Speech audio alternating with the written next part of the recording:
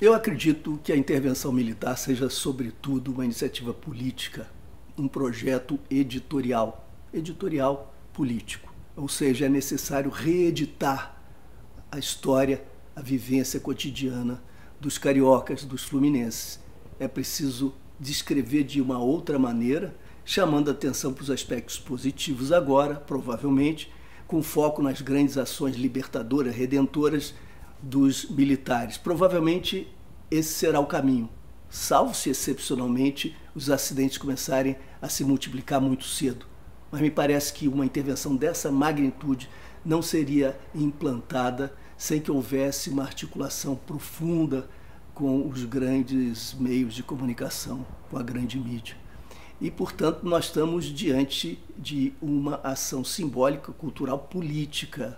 E o efeito político não é só tranquilizar os cariocas, como eu já disse, é criar oportunidade para a emergência de novas lideranças e para a reconfiguração do campo político-eleitoral.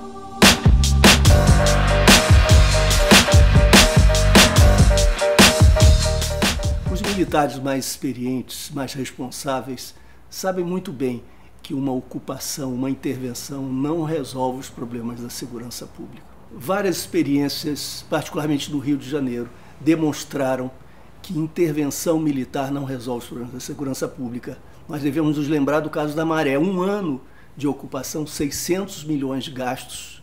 E todos os problemas retornaram assim que as tropas se retiraram. E durante a ocupação houve também uma série de problemas. Foi um fracasso reconhecido pelas próprias lideranças militares. Se a intervenção militar não está destinada a resolver os problemas da segurança pública, se quer encaminhar soluções, a que serve? Há algumas hipóteses. Em primeiro lugar, trata-se de uma intervenção editorial e política. Em que sentido? Agora, a narrativa a respeito do Rio de Janeiro aponta para uma salvação redentora messiânica sebastianista. Nós não estamos mais no país dos juízes, estamos agora no país dos generais. E é possível que o Rio de Janeiro então se reencontre, essa é a conversa, a partir da intervenção militar, lei e ordem, trazendo prosperidade, entendimento à sociedade carioca. Esse é o discurso que se impõe. E com isso se abre uma clareira política, deslocando-se a candidatura de Bolsonaro, que passa a ser o que sempre foi, um aventureiro desorientado. Sai o capitão, entram os generais. A conversa agora é outra. E se cria um novo polo gravitacional político, que passa a atrair um eleitorado até o centro, da direita ao centro. E esse eleitorado passa a ser capturável por forças políticas tradicionais de centro que até então não encontravam uma base suficiente para viabilizar suas candidaturas.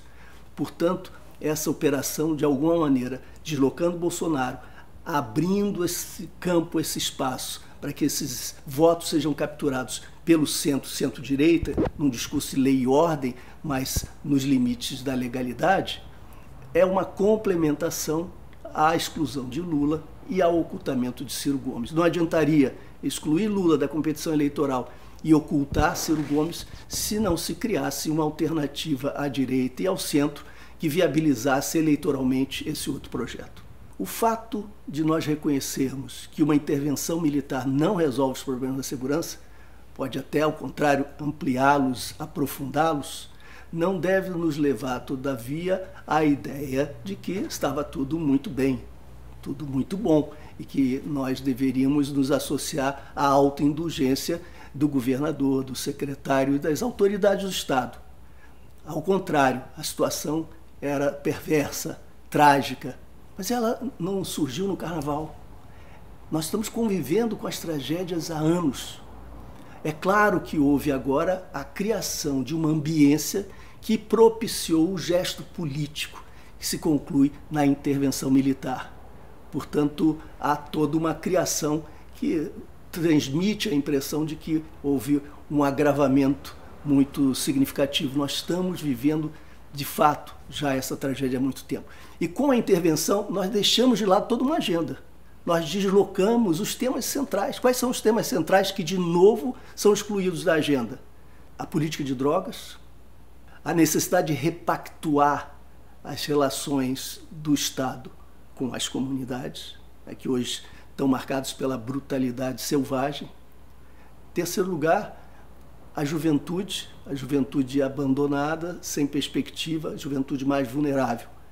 Se nós tivéssemos um investimento dirigido à juventude vulnerável, um investimento de bilhões que seriam retirados dos pagamentos de juros aos rentistas, nós poderíamos dar um salto de qualidade, abrindo oportunidades e criando rotas de saída para uma juventude confinada a situações dramáticas. Por fim, nós temos ainda uma outra questão chave: a reforma das polícias, a refundação das polícias, a mudança do modelo policial, o que requer a alteração do artigo 144 da Constituição. Portanto, mudanças institucionais profundas, alteração do modelo policial, política de drogas, uma política para a juventude de redução das desigualdades, de enfrentamento do racismo estrutural e uma repactuação com as comunidades. Essas são as questões candentes, as questões urgentes que foram definitivamente excluídas com a emergência dessa grande cena, desse grande espetáculo que é a intervenção militar. Disse que a intervenção militar tem a pretensão de combater o crime organizado. Mas crime organizado significa o envolvimento de agentes do Estado. A definição de crime organizado é essa: pessoas que se articulam, 3 ou mais, com a presença, com a participação de agentes do Estado. Se há essa articulação com agentes do Estado, eu pergunto, como se enfrenta esse desafio com ocupação territorial? Isso requer investigação, isso requer inteligência, isso requer foco nas instituições onde se sediam os problemas do Rio de Janeiro. A corrupção policial, a brutalidade policial, essas são as sedes, os campos fundamentais dos nossos problemas. Além disso, nós devemos nos lembrar que o crime mais grave, aquele que dá origem aos demais, é o tráfico de armas. Portanto, o crime organizado atua nessa matéria. Tráfico de armas. E essa é uma responsabilidade federal, esse é um crime federal. As armas que circulam no país estão sob responsabilidade do Exército e da Polícia Federal.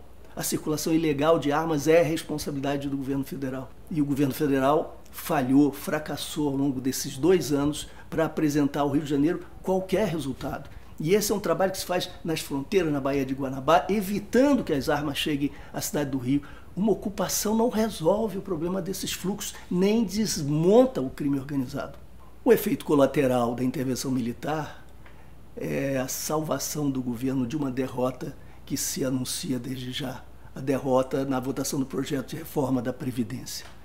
Tudo o que o governo não quer é essa votação e pode se escudar na intervenção para evitar que ela aconteça. É claro que hoje o governo diz: vai haver a votação, a intervenção não vai impedi-la, mas abrem-se as brechas todas para óbices judiciais que impeçam, adiem e obstaculizem de alguma maneira a votação. E assim o governo se salva.